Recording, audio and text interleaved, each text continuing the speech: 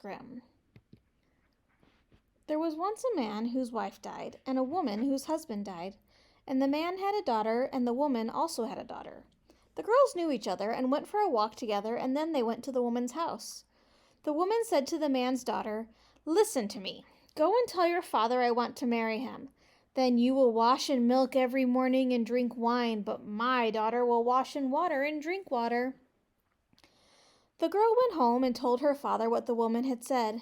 The man said, "What should I do? Marriage is a joy, but it's also a torture." Finally, when he couldn't make up his mind, he took off his boot and said, "See this boot? There's a hole in it. Take it up to the attic, hang it on a nail, and pour water into it. If the water stays, I'll take a wife. If it runs out, I won't." The girl did as she was bidden. The water pulled the sides of the hole together, and the boot stayed brimful. She told her father what had happened.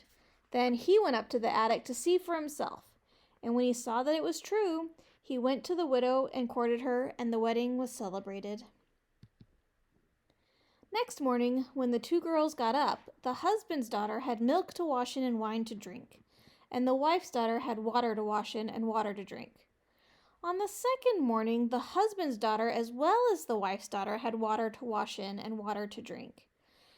And on the third morning, the husband's daughter had water to wash in and water to drink, and the wife's daughter had milk to wash in and wine to drink.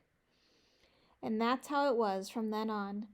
The wife hated her stepdaughter like poison and racked her brains for looking for ways to make things worse for her from day to day. For one thing, she was envious, because her stepdaughter was beautiful and sweet-tempered, while her own daughter was ugly and horrid. One winter day, when the ground was frozen solid and hill and dale were covered with snow, the wife made a dress out of paper, called the girl, and said, "Put on this dress and go out into the woods. I want you to bring me a little basket full of strawberries. I have a craving for them." "My goodness," said the girl, "strawberries don't grow in the winter time. The ground is frozen and everything is covered with snow. And why do you want me to go out in this paper dress? It's so cold your breath freezes. The wind will blow through it and the brambles will tear it off me." "Don't you dare talk back to me," cried the stepmother. "Get a move on and don't show your face again until the basket is full of strawberries." Then she gave her a piece of stale bread. "This will do you for the day," she said, and she thought, "She'll die of cold and hunger out there, and I'll never see her again." Obediently, the stepdaughter put on the paper dress and went out only with the little basket. As far as the eye could see, there was nothing but snow, not the slightest blade of green. But when she got to the woods, she saw a hut. 3 dwarfs were peering out of it. She bade them good morning and knocked shyly at the door. "Come in," they cried. She went in and sat down on the bench by the stove to warm herself and eat her breakfast. The dwarf said, "Give us some." "Gladly," she said, and broke her piece of bread in two and gave them half. "What are you doing out here in the woods in that thin dress in the dead of winter?" they asked.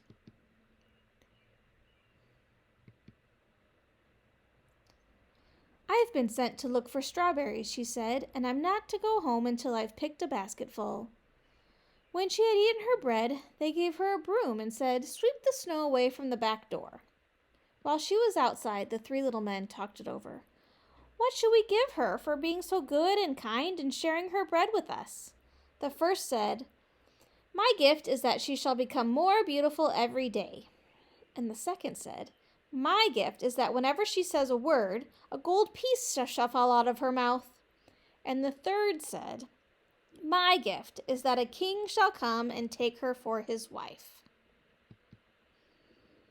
The girl did as the dwarfs had bidden her. She took the broom and swept the snow from behind the hut. And what do you think she found? Ripe strawberries, every one of them dark red, coming up from under the snow. In her joy, she picked until her basket was full, thanked the little men, gave each of them her hand, and ran home to bring her stepmother what she had asked for. When she went in and said, "Good evening," a gold piece fell from her mouth. Then she told them what had happened in the woods, and as she spoke, the gold key pieces kept falling out of her mouth so that the floor was soon covered with them.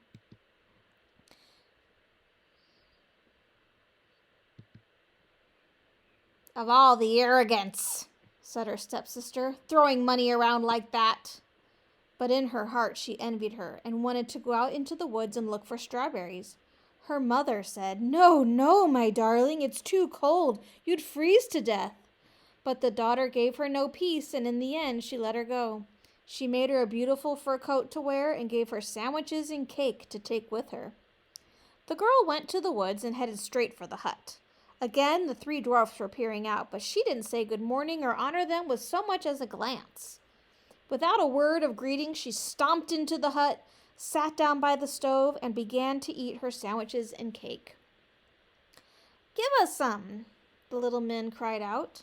But she replied, "How can I when I haven't enough for myself?" When she had finished eating, they said, "Here's a broom. Go and sweep round the back door." "Pooh, do your own sweeping," she said. "I'm not your maid." When she saw they weren't going to give her anything, she went outside. The little men talked it over. "What shall we give her for being so horrid and having a wicked, envious heart and never giving anything away?" The first said, "My gift is that she shall become uglier every day." The second said, "My gift is that whenever she says a word, a toad shall jump out of her mouth." The third said, "My gift is that she shall die a cruel death." The girl looked for strawberries outside the hut.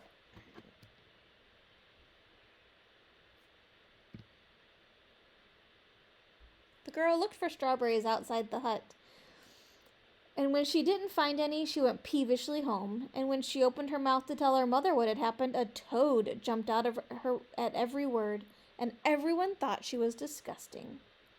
The stepmother was angrier than ever. All she could think of was how to bring sorrow to her husband's daughter, who was growing more beautiful every day. In the end, she took a kettle, put it on the fire, and boiled yarn in it. When the yarn was boiled, she threw it over the poor girl's shoulder, gave her an axe, and told her to go out to the frozen river, cut a hole in the ice, and rinse the yarn. Obediently, she went to the river and began to chop a hole in the ice. While she was chopping, a marvelous carriage came along, and a king was sitting in it. The carriage stopped, and the king asked, "Who are you, my child, and what are you doing here?" "Oh, I'm a poor girl, and I'm rinsing yarn." The king felt sorry for her, and when he saw how beautiful she was, he said, "Would you like to ride away with me?" "Oh, yes, with all my heart," she said, for she was glad to get away from her mother and sister.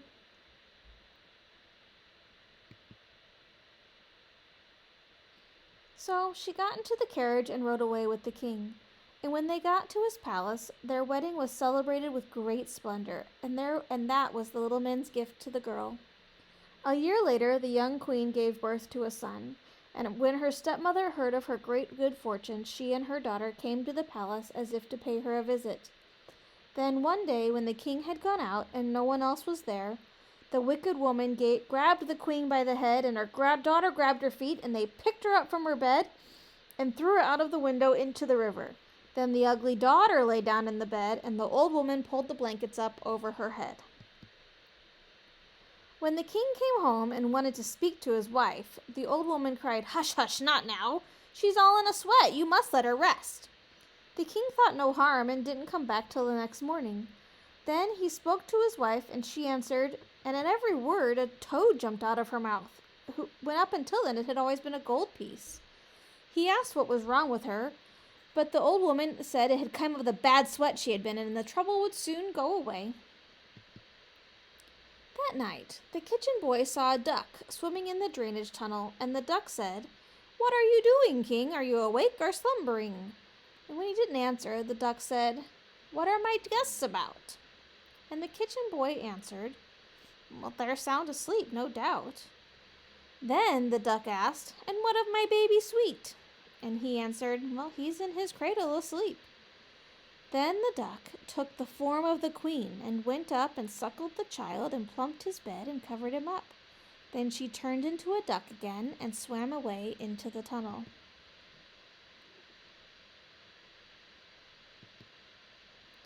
Next night she did the same thing, and on the third she said to the kitchen boy, "Go and tell the king to take his sword and stand on the threshold and swing it over me 3 times."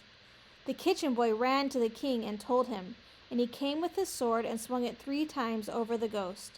The 3rd time his wife stood before him alive and well and lovely as ever. The king was very happy, but he kept the queen hidden in a bedchamber until the Sunday when the child was to be christened.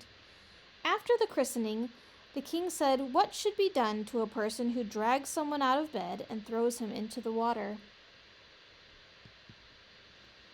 The old woman answered, "The villain should be shut up in a barrel studded with nails and rolled down the hill into the water." The king said, "You've pronounced your own sentence." He sent for just a barrel, and the old woman and her daughter were put into it, and the lid was hammered tight, and it was rolled down the hill into the river. And that was the little man's gift to the girl. The end.